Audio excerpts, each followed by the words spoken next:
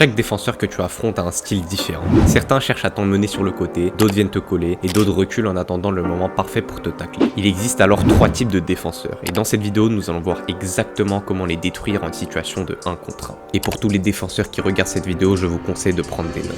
Style numéro 1, le défenseur passif. Ce défenseur est patient, il ne se jette pas et ne tente pas de tacle risqué. À la place, il te guide vers des espaces réduits, le plus souvent sur les côtés du terrain, loin des zones dangereuses dans l'axe. Il te laisse juste assez d'espace pour te faire croire que tu as le temps, généralement 1 ou 2 mètres. Mais garde toujours son corps orienté vers le centre. Son objectif principal est de bloquer ton accès à l'axe et de te forcer à jouer sur l'extérieur en fermant tes options. Mais alors comment passer un défenseur passif? Tout d'abord ralenti, il va te suivre et copier ton rythme. Une fois que vos vitesses sont alignées, tu as 2 options selon sa vitesse. S'il est plus lent que toi, joue le jeu. Fais semblant de suivre son plan mais soudainement accélère et déborde-le sur l'aile. Utilise ta vitesse pour le dépasser. Mais s'il est rapide, tu devras être plus malin que rapide. Je te conseille alors d'essayer le fameux piège de Messi. Pour le réaliser, accélère sur le défenseur, prends une touche vers l'intérieur, puis change de direction rapidement vers l'extérieur. Tu pourras ensuite centrer ou couper dans l'axe pour enchaîner avec une frappe. Mais parfois, la meilleure solution est de lâcher la balle. Si le défenseur te bloque complètement et ne te laisse aucun espace pour dribbler, je te conseille alors de tenter une 1-2 rapide avec un coéquipier. Passe le ballon puis sprint aussitôt dans l'espace derrière le défenseur.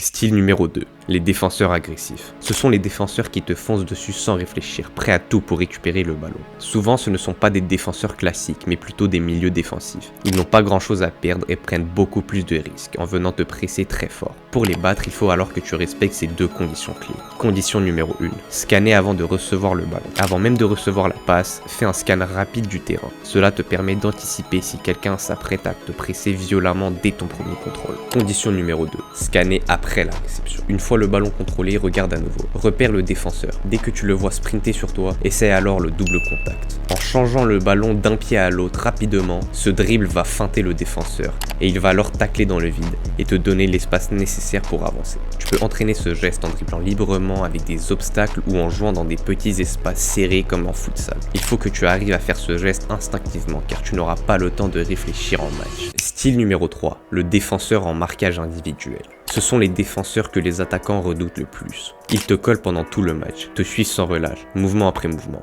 Ils sont souvent chargés de marquer le meilleur joueur de l'équipe adverse. Mais alors comment les battre? Une technique efficace consiste à utiliser leur agressivité contre eux. Lorsque le ballon arrive vers toi, fais semblant de le contrôler, puis laisse-le passer derrière toi. Le défenseur est alors pris par surprise et tu peux le dépasser facilement. Une autre technique très efficace est de les fatiguer avec des déplacements sans ballon. Fais des appels pour les sortir de leur position, puis change brutalement de direction ou décroche pour recevoir le ballon. Cette activité constante les épuise mentalement et physiquement. Le jeu en une touche de balle est aussi très efficace. Comme ils sont focalisés sur toi, une passe rapide suivie d'un appel leur laisse le choix de soit te suivre ou soit de couvrir l'espace. Cette hésitation crée alors une ouverture que tu peux facilement exploiter. Ton placement est aussi essentiel. Colle-toi au défenseur, provoque-le, puis juste avant que le ballon arrive, fais un mouvement soudain pour t'en écarter et le recevoir dans l'espace libre. Tu peux aussi protéger le ballon avec ton corps et obtenir une faute tactique.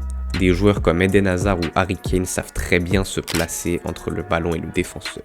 Je t'invite donc à aller voir ma dernière vidéo dans laquelle j'explique ce geste. Alors si cette vidéo t'a aidé, like et abonne-toi. Et commente aussi ton post et ton pied faible.